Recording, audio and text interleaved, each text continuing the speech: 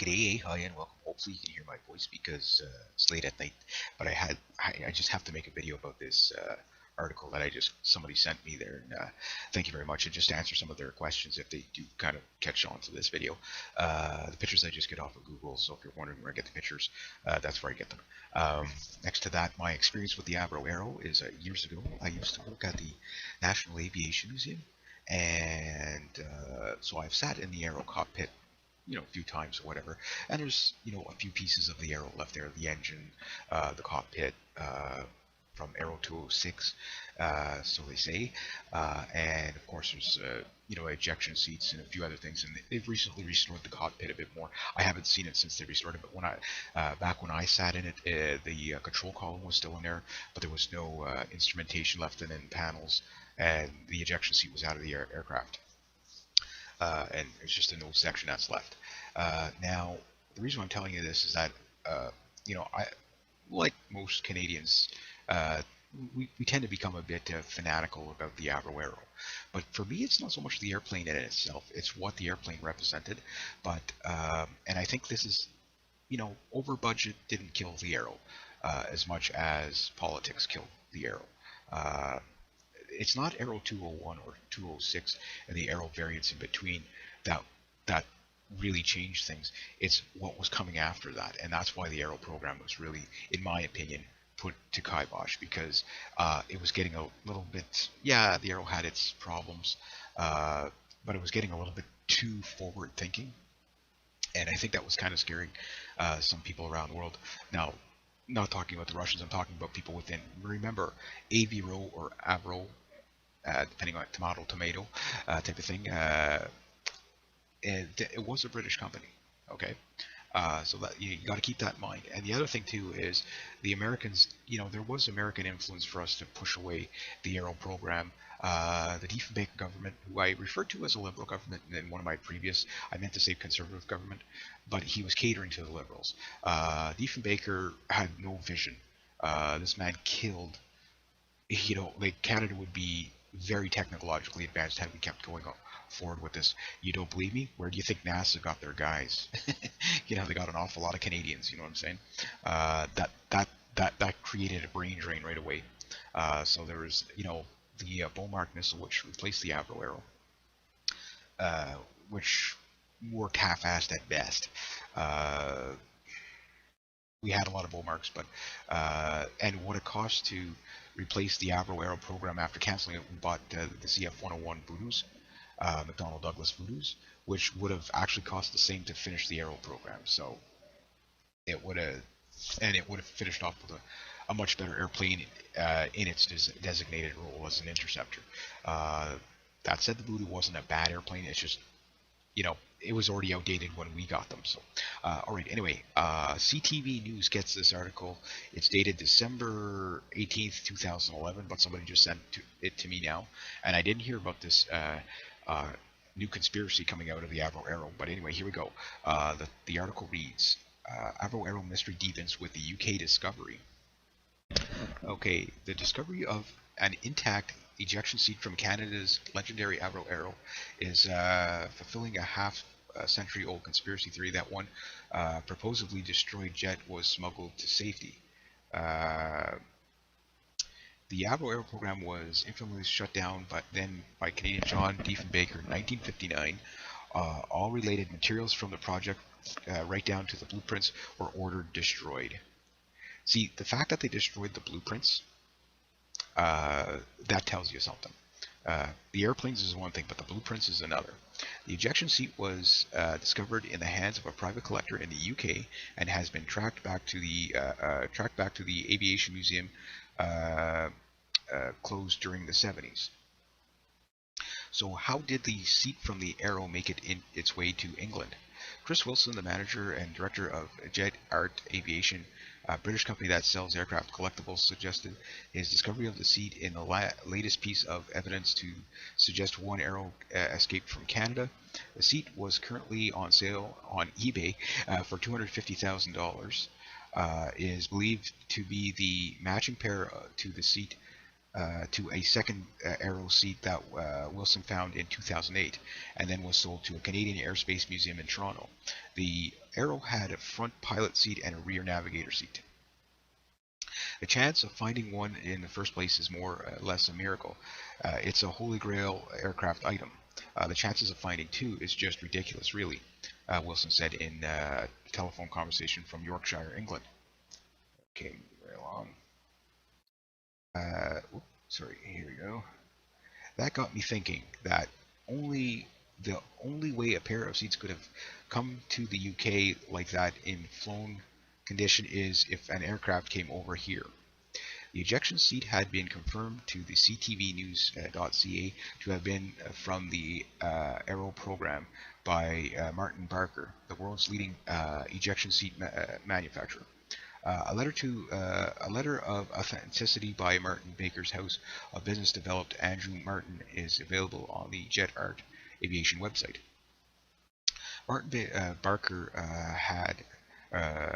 Baker had a licensed facility in Collingwood, Ontario during the 1950s and was building the seats for the program. The data plate on the seat lists its manufacture date as September 15th, 1958. There is no question whatsoever that this seat comes from an Avro Arrow, Wilson said. Admittedly, it's 100% an Arrow seat. Okay, he added that probably less than 20 ejection seats in total came from the production line for the Arrow. Wilson also confined that the seat he is selling came from an Arrow that was significant time in had some significant time in the sky. This is important here. This is clearly a used flown seat, he said. It's saw 100 plus, maybe as many as 1,000 flying hours. Footnote: the Avro Arrow program, I think, was a total of 68 flights with about 68 hours or 168 hours of flying time, something around that. But it was only like 60 some odd flights. I kind of forget exactly how many, but it was definitely less than 1,000 hours. So, yeah. Theory number one. Wilson said that he had an in-link that the Arrow made its way over to the UK that thanks to a pair of seats, but a chance conversation with the customer gave him a firm hypothesis. According to Wilson's customer, who did not wish to speak to which they never do, on the record to CTV News, was an aviation fan who once lived near an RAF main station airbase near Kent, England. The customer told Wilson that as a teenager he often watched planes land at the base, and he still remembered a strange incident in which a white high delta winged aircraft with no national markings or registration landed at the base in the early 60s. He still is 100% adamant he saw an Avro aircraft land, Wilson said. Wilson said the ex-RAF member said that the existence of an Arrow in the UK was a local legend within the forces during the 1960s. Theory number two. Robin Snipe owns the S&S Turbines and Military Industrial Engine Repair Company in British Columbia, actually owns one of the few engines made from Avro Arrow. Snipe is restoring the Arenda Iroquois Series 2 engine built from the Arrow that came to learn about through a chance of encounter with the engineer at a gas turbine conference.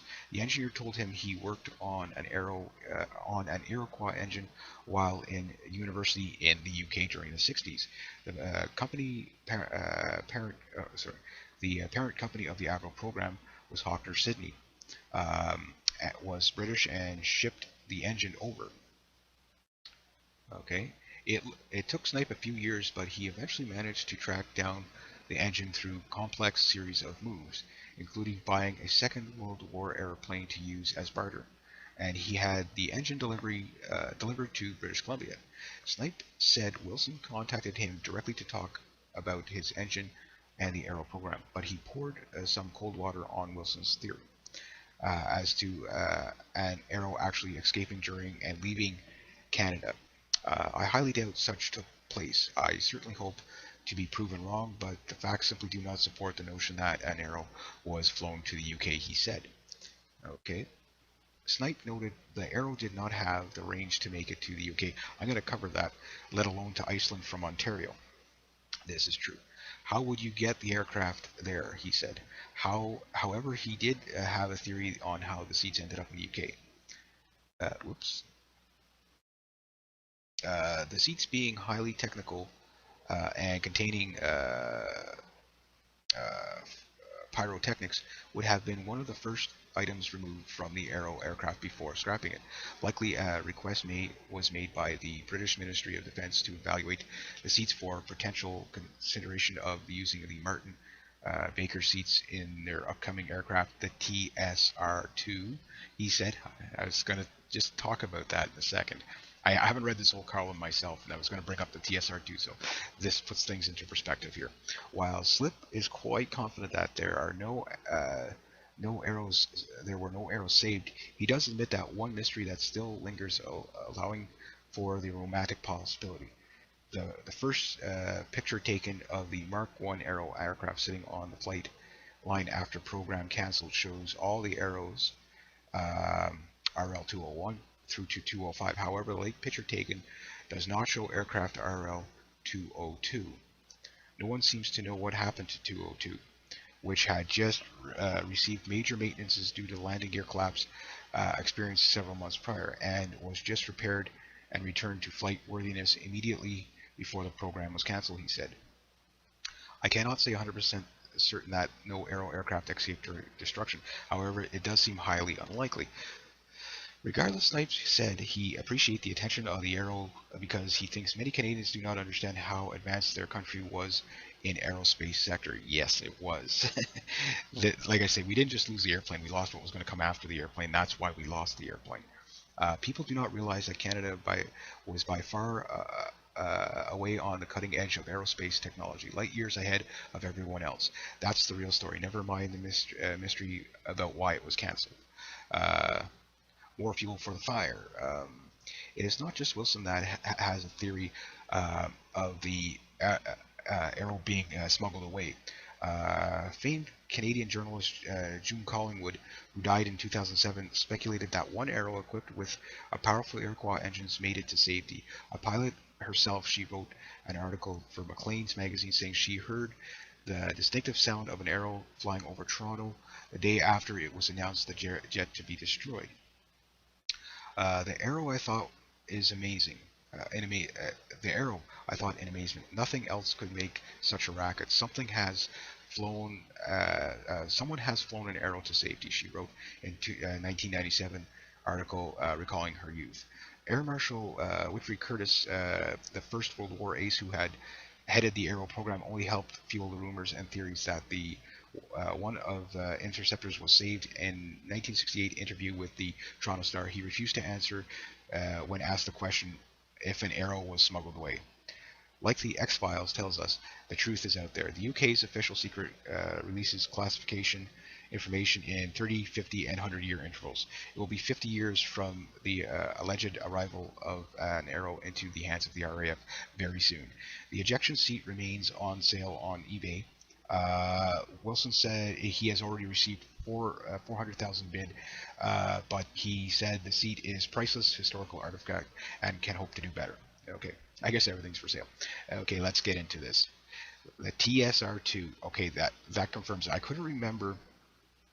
And there's a lot of similarities in the design of the TSR-2. It was a more advanced aircraft, but I believe it did come out around the same time as the Arrow. But think about it this way. Again, it was a British company. Everything was slated to be destroyed. The British wanted to sell us the Hawkers. The Americans wanted to sell us the Beaumarks. The conservative government didn't want to lose face in the polls. The liberals wanted to manipulate Diefenbaker, and they did. Saying, hey, you're going to lose in the polls if you do this. And I'm sure if you look at the technical brain drain that happened right after the Arrow program was slowed down, all the guys that went to NASA, stuff like that. Okay, so Arrow 201 had American engines in it. That's what the reality is. It flew well, but it didn't do anything spectacular. In fact, the test pilot said it was kind of an ordinary airplane. It flew flawlessly on the first flight The Arrow program was different from any other fighter jet in history in the sense that it never had a prototype. It went straight into production. Okay, so the airplane, that's why so much time was spent on design and development. And Canada throughout the 1950s and 60s, uh, even still today, we're such an underdog in a lot of things. We're underestimated in a lot of things. I'm gonna do another video showing kind of how our military is kind of set up and stuff like that. But like technically, we're always so small scale that everybody over they never expect anything from us. You know, trappers and lumberjacks. That's all they figure that we have up here, right? So anyway, the Arrow comes along. Okay, this thing is okay. Like I say, the test pilot that flew it said it was kind of a dull airplane. So it didn't do anything spectacular. There were airplanes that could go kind of as fast as the Arrow, do kind of some of the things that the Arrow could do. The Arrow wasn't even there yet. Okay, here's the problem with this thing. Here's a guy that was basically used to a hot dog airplane. The Arrow was a go-fast airplane. It wasn't a hot dog airplane. Uh, this pilot was very professional, don't get me wrong, but there, you know, he's just a pilot. He's not the engineer, and this is where the Arrow separates. And you can see the advance of it. Number one, it was fly-by-wire. It was the only airplane in service, or about to be in service, that was fly-by-wire at that time. There were other airplanes that kind of dabbled with it, but there were no production airplanes at the time. So Arrow was kind of the first to do that. So it wasn't the first for fly-by-wire, but it was the first production airplane, because it was a production airplane. The first airplane was a production airplane. Okay. Secondly, it went to 70,000 feet. you know, okay. It had a 70,000 foot ceiling. I think it was like 69,000 or something like that, or 68,000 that it made it to. Now that's not level flight. That's going vertical. Okay, fine. But it could fly level at 50,000 feet with no problem. And a 3.5 G turn at Mach 1.5. It did that.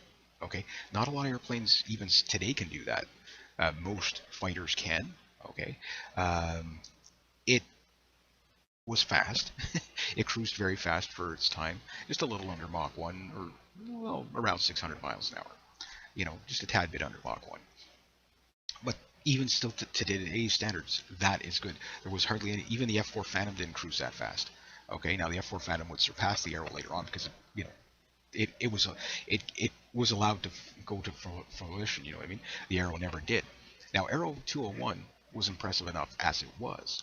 It could also target up to 8 aircraft at a time and shoot them down at a time. The airplane was also able to fly from the navigator position, basically punch in the coordinates and you get there. It only had one glitch with the fly-by-wire that I think was recorded, and on the maiden flight, it landed so softly that it actually failed to set off the sensor pads. And the only problem they had on the first flight was one switch didn't light up. So you have a program with no prototype and an airplane that just does that, okay? A dull airplane? I say it was a work of genius. No prototype airplane, and the worst you get on the maiden flight is one switch doesn't light up. That's not too bad. Now that said, yes, there were structure problems, hence like the article said, 202 collapsed if you landed the airplane too hard, it was a big heavy airplane. You landed it too hard, you collapsed the gear, right? And it had some problems with the nose, the nose landing gear door. It had some problems there, but these were bugs to be worked out. Okay. It never got to its design weapon stage, but had it got to that, like again, after 206, I think the really innovative airplanes were going to be there. 207 and 208, I think, were sitting just about complete. I think once they would have went to the Arrow Mark III, that's where Canada would have become a world superpower, non-nuclear superpower. We would have the airframe in itself. Okay, Arrows 201 to 206 or 207 or 208. Again, we'll go to 206 because they built 206. These airplanes, okay, are Mark 1s and Mark 2s. Okay, now the thing is that, or I think they're all Mark 1s, but we'll say Mark 2s. These airplanes, okay, their speed capability, top speed capabilities, were basically Mach 2.5. Okay, that's the speed capability. It doesn't mean the airplane went that fast, but the airframe could take that. Okay, in fact, when the Arrow went supersonic for the first time, the big decals on the wings actually started to melt and slide back on the wings. The big maple leaf bullseyes there, stuff like that. So the airplane was definitely capable of doing something. Now that said, uh, that's the beginning of it. It was what it represented, the technology, the fact that Canadians came together, used their brains, built an airplane without um, without using having a prototype, and they did it. The worst part to everybody else is they did it. It's like, oh geez, if you leave these people to their own devices, they're going to be ruling us. Not that we would, but you get the idea.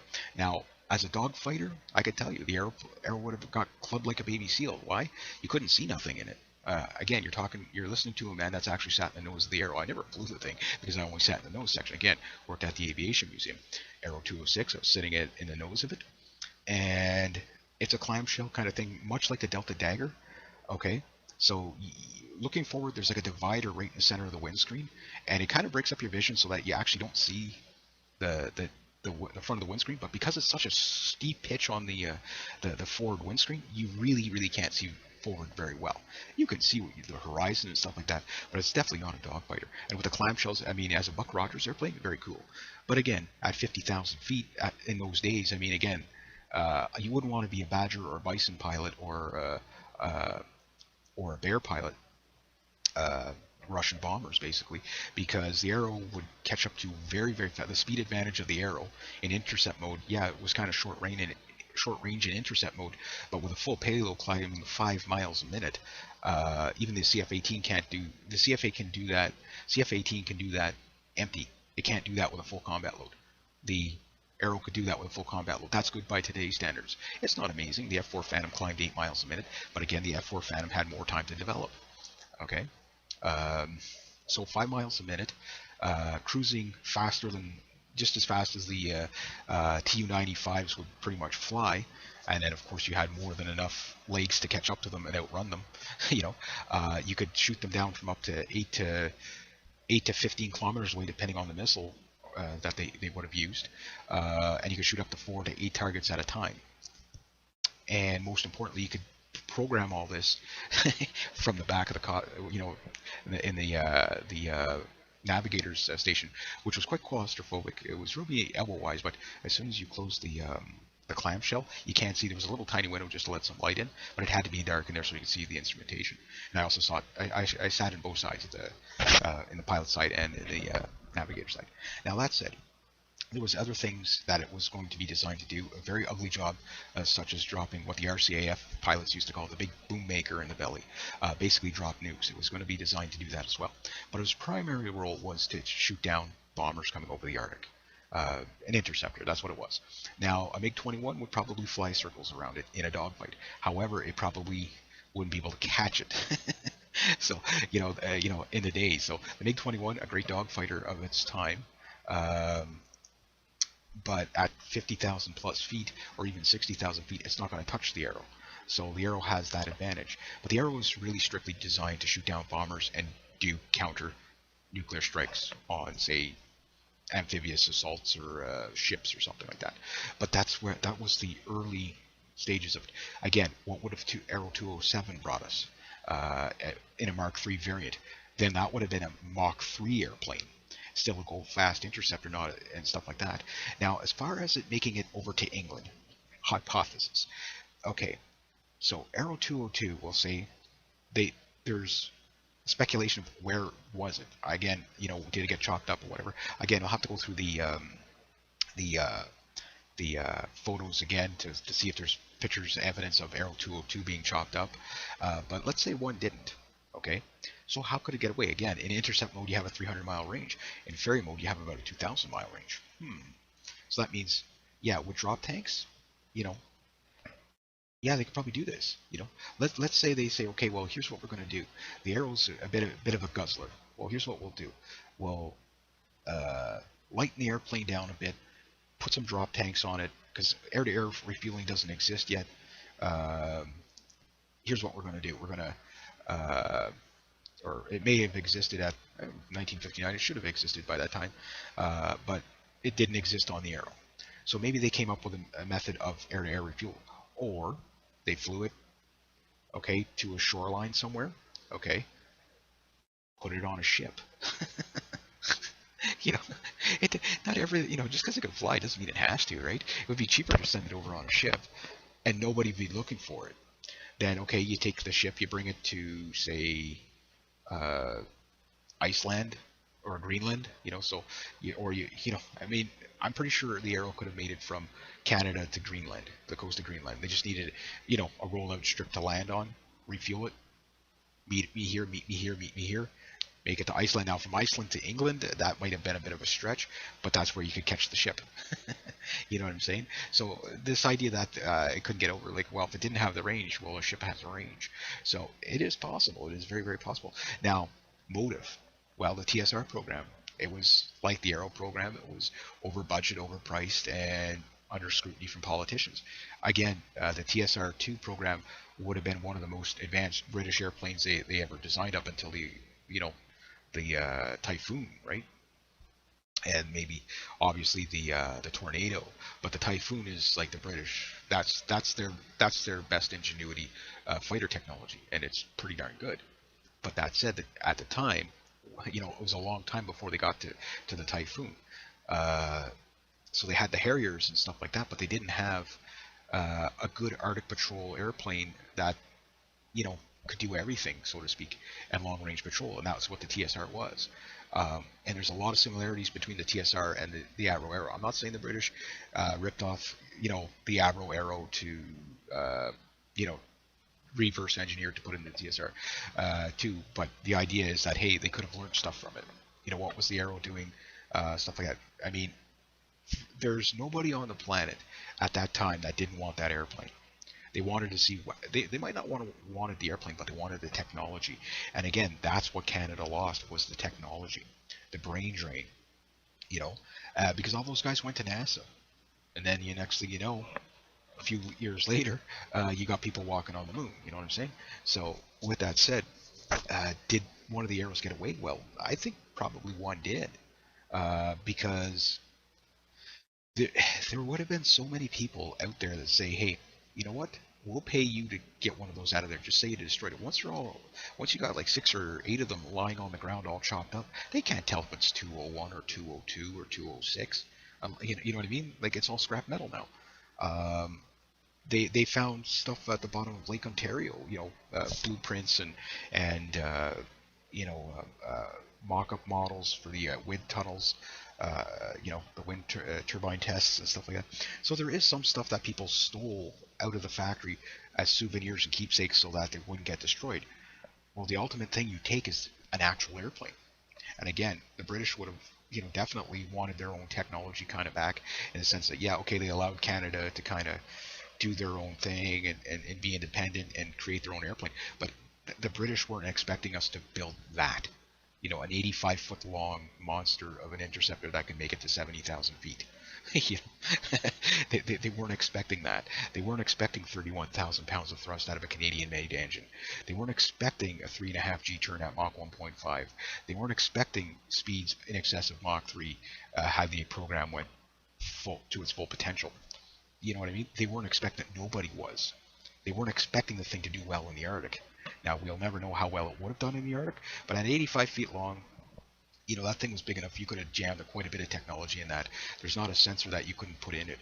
The other thing, the Arrow, and I forgot to mention this, what made it also such an amazing airplane, where the test pilot, this is the problem with the test pilots, that flew it. He didn't realize what he was flying. And here's why. This thing, okay, could take off, detect the bombers, fire a missile to the bombers, shoot it down. Now, if we're talking to today's standards, there's nothing spectacular about that whatsoever. But in 1959, you needed ground radar, okay, to get your missile to the target. Okay, that's you needed a ground radar to help you to do that. The Arrow didn't need that. Again, in its day, it was very advanced. If the Arrow would have been refined by, say, a Mach 4 or Mach 5 version, maybe a Mach 6 or Mach 7 version, we'd be flying today. And what would it look like? Who knows? There's still things today that the Arrow does better. For example, if an F-35 left Vancouver at the same time as an Arrow and flew for 1 hour, the Arrow's going to be a lot further away. You know what I mean? Again, with more fuel-efficient engines, more powerful radar, better visibility from the cockpit. You don't really have to change this airplane too much to make it quite the machine, a high-capability machine. It's big enough you can put anything in it, you know. And you might be flying around at say 80,000 to 120,000 feet. Combat range, maybe at say 90,000 feet. It's capable. Why you got it's 85 feet long. You can stuff anything in it, and the technology's there. Sorry. So anyway, so this is another great mystery. Um, I did sit in an Arrow ejection seat that was at the museum as well. You'll see a lot of pictures in here of Arrow 206 that was at the museum. That's the one I sat in. And of course, I cleaned it off and kept it. I took care of the displays and stuff like that. So the thing is did 202 get away? A lot of people thought it was 206 that got away from the movie. There's a lot of fiction in the movie too, but there's a lot of stuff that did work. And again, there was no prototype. This is what we came up with right into production. Can you imagine what we could come up with now? Well, it'd be kind of hard now. Why? Because we don't think like that anymore. I'll leave you with one little story just to give you an idea of how Canadians tweak things.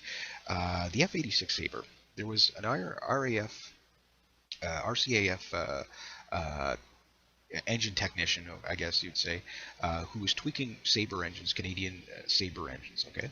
And they tweaked it to about uh, you know, we bought the airplane from the Americans and we tweaked it. We've done the same thing to the CF-18. It's different from the FA-18. We tweaked it for us because we make do with what we got. So anyway, this American pilot takes up the Canadian F-86 Sabre, pushes the throttle forward. The airplane starts taking off like a rocket ship. He gets scared. He figures the airplane was blowing up, so he ejected and the airplane crashed and air like that. What he didn't realize is there was an extra 2,000 pounds of thrust on the Canadian variant because we tweaked it. And of course, they never let him fly another RCAF airplane after that. But the thing is like there was nothing. The guy wasn't expecting that. He was like, "Hey, this thing, oh my God, there must have been an explosion behind me or something like that because they took off so fast." But that's what an F-86 did in Canada, because we took it, we tweaked it. So again, that's how we're minded. So there was a lot of precision, a lot of perfection. We've kind of lost that because we don't have people that do that kind of stuff. We don't have people that work with their hands anymore. We don't have people that work with their minds anymore. We have people that work in the labor, fast service industry, fast food industry, this service sector, right? So we don't have those kind of minds, but we can have them again if there's a right program that comes along to stimulate people that they want to take pride. And that's the other thing too, is the nationalism that is still to this day around this one airplane from 1959. What could it have been? That's what most Canadians have a problem with, is what could it have been. So anyway, I'm gonna leave it at that. So anyway, I hope you guys enjoyed. Thanks for sending me that article. It was a great article. Keeps the fire going, and there we go.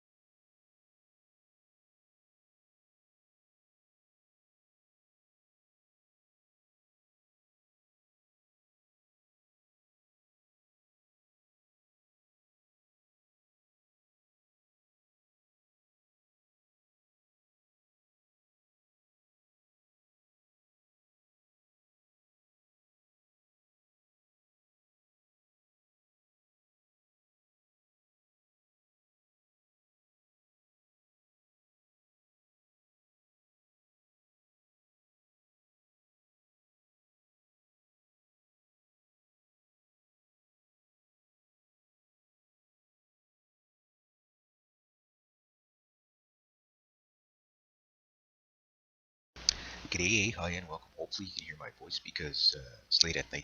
But I just have to make a video about this article that somebody sent me there. And thank you very much. And just to answer some of their questions, if they do kind of catch on to this video, the pictures I just get off of Google. So if you're wondering where I get the pictures, that's where I get them. Next to that, my experience with the Avro Arrow is years ago. I used to work at the National Aviation Museum, and so I've sat in the Arrow cockpit a few times or whatever, and there's a few pieces of the Arrow left there, the engine, the cockpit, from Arrow 206, so they say, and of course there's ejection seats and a few other things, and they've recently restored the cockpit a bit more. I haven't seen it since they restored it, but back when I sat in it, the control column was still in there, but there was no instrumentation left in the panels, and the ejection seat was out of the aircraft. And it's just an old section that's left. Now, the reason I'm telling you this is that, I, like most Canadians, we tend to become a bit fanatical about the Avro Arrow. But for me, it's not so much the airplane in itself, it's what the airplane represented. But, and I think this is, over budget didn't kill the Arrow as much as politics killed the Arrow. It's not Arrow 201 or 206 and the Arrow variants in between that really changed things. It's what was coming after that, and that's why the Arrow program was really, in my opinion, put to kibosh, because it was getting a little bit, the Arrow had its problems, but it was getting a little bit too forward thinking, and I think that was kind of scaring some people around the world. Now, not talking about the Russians, I'm talking about people within. Remember, Avro or Avro, depending on tomato type of thing. It was a British company, okay? So that you got to keep that in mind. And the other thing too is the Americans. There was American influence for us to push away the Arrow program. The Diefenbaker government, who I referred to as a liberal government in one of my previous, I meant to say conservative government, but he was catering to the liberals. Diefenbaker had no vision. This man killed. Like Canada would be very technologically advanced had we kept going forward with this. You don't believe me? Where do you think NASA got their guys? They got an awful lot of Canadians. You know what I'm saying?